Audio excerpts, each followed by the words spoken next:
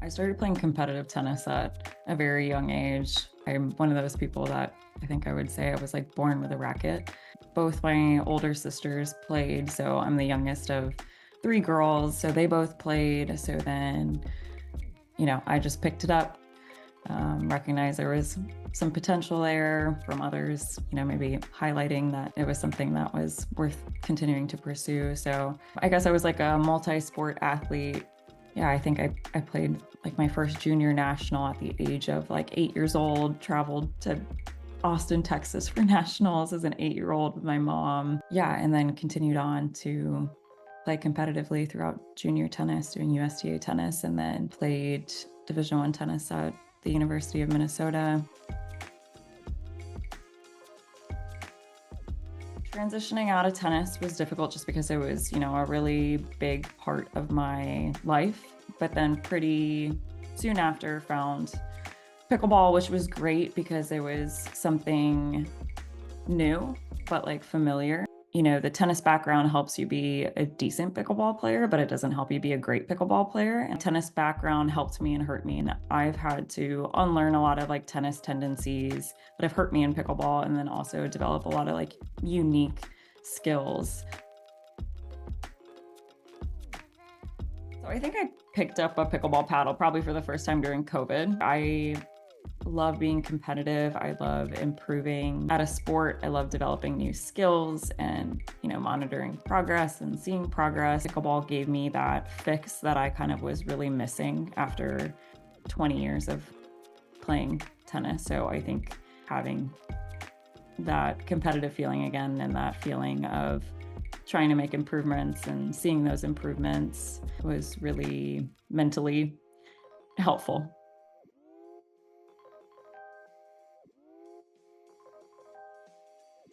Technique I've found helpful, and I think has been helpful for the athletes that I work with, is just to like have perspective.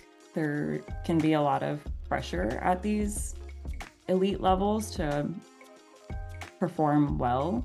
It can be helpful to like take a step back and just be like, you know what, like it is just a game and the sun will rise tomorrow. And just having perspective can really help elite athletes perform at a higher level, as well as just enjoy this sport more. And I think those go hand in hand. So going into practice or even competition and like looking at it as like a positive opportunity to compete, an opportunity to exercise, an opportunity to have fun, an opportunity to implement the things that you've been working on. Those are a couple tips I think I would give some elite athletes to help them perform at a higher level and just enjoy what they're doing more. Yeah, so I think that's the ultimate goal, is that the research translates into practice. The field that I'm in, sports psychology, a lot of it's research around how do we optimize performance through attending to different like psychological or mental skills. Yeah, there's an emphasis there. And then I'm trying to bring an emphasis also to how can we, help athletes transition out of sport as well. And so like right now, for example, for my dissertation, I'm actually trying to look into programming specifically that will help athletes have an easier transition out of collegiate athletics. There's a lot of research on the challenges that student athletes will experience, but there's not a whole ton of research on like, okay, how do we take that research and then create programming that will actually help them with it, have a smoother transition. As researchers and clinicians, we're always trying to merge that gap between research and practice. So that's something that I also hope to do. I wish there were more resources out there, or that I like utilized resources more. So, oftentimes I think like, man, I could have really used my current self when I was a college student athlete, or not even just me, but any like sports psychology consultant or mental performance coach or anything like that. I think even if you're not engaged in like traditional programming, or that programming isn't out there to help you transition out of sport, I think it's really important to like lean on your social supports. Yeah, talk to maybe other former student athletes and just like normalize that difficult transition. I think a lot of athletes feel very isolated in their experience, but when you talk to other former student athletes, they often face a very similar experience where being a collegiate athlete was a big part of their identity, or just being a competitive athlete in general was a big part of their identity. And they struggled to transition out, struggled to figure out who they were outside of sport. Even just connecting with others, I think, is a step in making the transition easier.